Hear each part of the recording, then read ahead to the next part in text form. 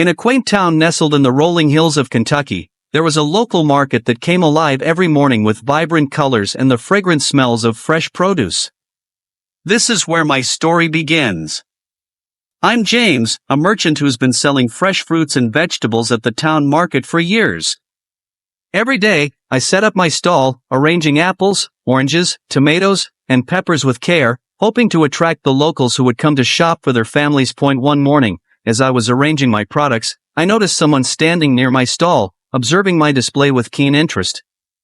He was a stranger, tall, with dark hair and inquisitive eyes.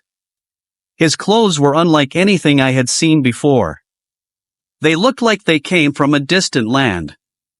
I gave him a polite smile, but he returned my gaze with wariness, as if he wasn't quite sure where he was. I could sense that he felt lost and out of place in this unfamiliar environment. I decided to approach him.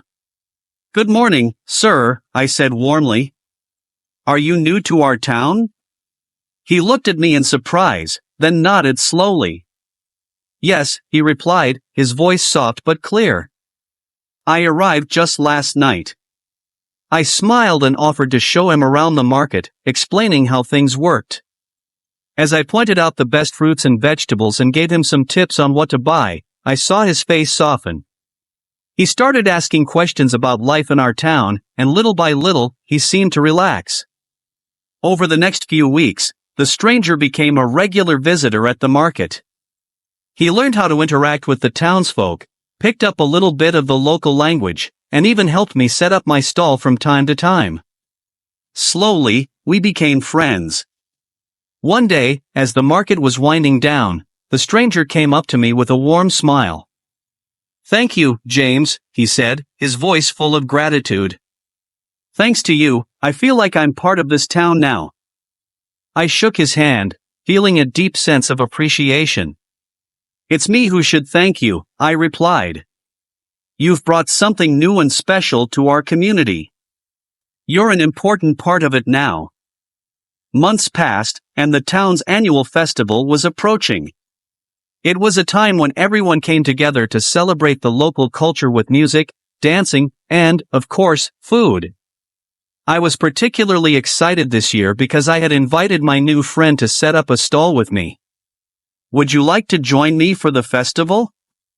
I asked him one afternoon. We could set up a stand together. His face lit up with a big smile. "I would love that, James." We spent the following days preparing for the festival, selecting the finest produce and also incorporating dishes from his homeland. The townspeople were curious to try these new flavors, and the day of the festival, our stall was bustling with visitors. People gathered around, tasting our food and listening as my friend patiently explained each dish and shared stories from his home country. By the end of the day, as the sun began to set, my friend turned to me, his eyes glistening with emotion. "James," he said, his voice thick with appreciation, "I'm so grateful to have found a family here." I smiled, feeling a deep warmth in my heart. "You're very special to all of us," I replied. "This town wouldn't be the same without you." We raised our glasses in a toast, celebrating not just the festival, but the bond we had formed, a bond that transcended borders and languages. As the months rolled on, our bond grew stronger, and I could see how much the village had come to embrace my friend. I had always known that there was something special about him, but it wasn't until the festival that I truly realized how deeply he had touched our small community. He was no longer just an outsider, he had become a part of us, woven into the fabric of our everyday lives. It wasn't just his food or the stories he shared, it was the kindness in his eyes, the way he listened to everyone, and the genuine interest he showed in getting to know every person he met. I remember one particular afternoon, several weeks after the festival, when we were sitting together at the cafe in the center of town. The day was crisp, the air full of the promise of fall. We were sipping coffee, enjoying a quiet moment. He looked out the window, watching the town square slowly fill with people as the sun began to set. "I never imagined I would find a place like this," he said, his voice soft but full of meaning. "I was always afraid of being an outsider, of never truly fitting in. But here, I feel different. I nodded, understanding exactly what he meant. You've done more than just fit in. You've become a part of us. And we're better for it. It was moments like this that made me realize how much we had both changed over the course of our friendship. My friend had not only found a home in this village, but he had helped to open my eyes to how welcoming and connected a small community could be.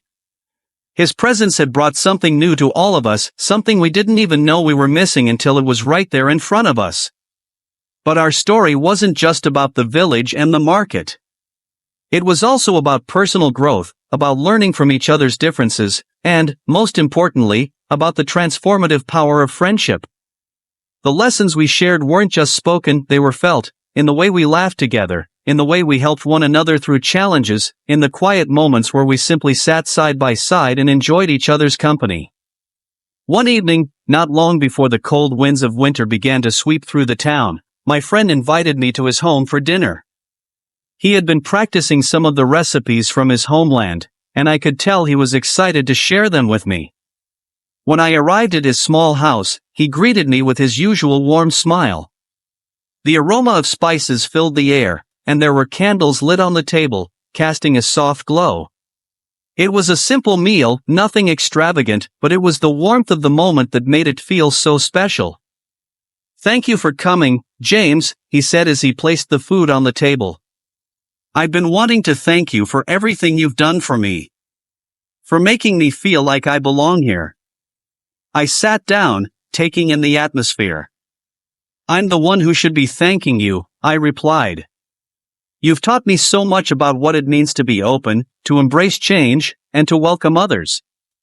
This village wouldn't be the same without you." As we ate, we shared more stories about our families, about our lives before we met, and about our hopes for the future. It was a rare moment, the two of us sitting in the quiet comfort of friendship, knowing that we had come a long way from the strangers we once were. The seasons changed once again, and as the first snowflakes began to fall, we continued our work at the market, together. The village had grown even closer over the past months, with new faces visiting our stalls, curious about the new flavors and the stories we shared. The once quiet town had transformed into a place of connection and diversity, all because of a simple act of kindness between two strangers who took the time to learn from one another. Several months later, something unexpected happened that tested our friendship. My friend received a letter one morning. It was from his family, back in his homeland. There had been an emergency, and he needed to return immediately. The letter didn't provide many details, but it was clear that he was being called home. When he told me the news, my heart sank. I knew how much he had come to love this town and the people in it, and I could only imagine the pain he must have felt at the thought of leaving. "I don't know what to do," he admitted, his voice tinged with uncertainty. "I've built a life here. I have friends, a place I belong. But my family needs me." I placed a hand on his shoulder, trying to offer some comfort. "You have to do what's best for you. We'll support you, no matter what.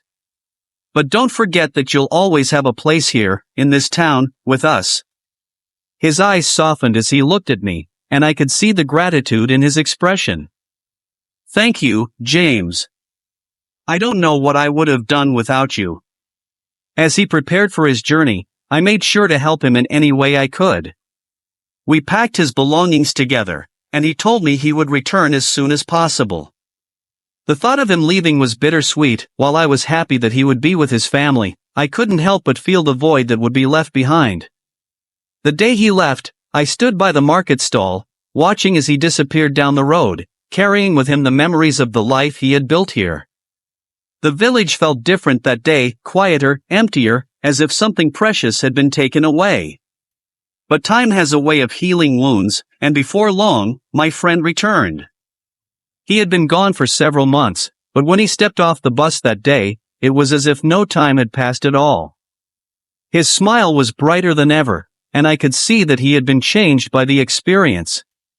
He had learned things about himself, about his family, and about the world that he had never known before. "I'm back," he said, his voice full of excitement.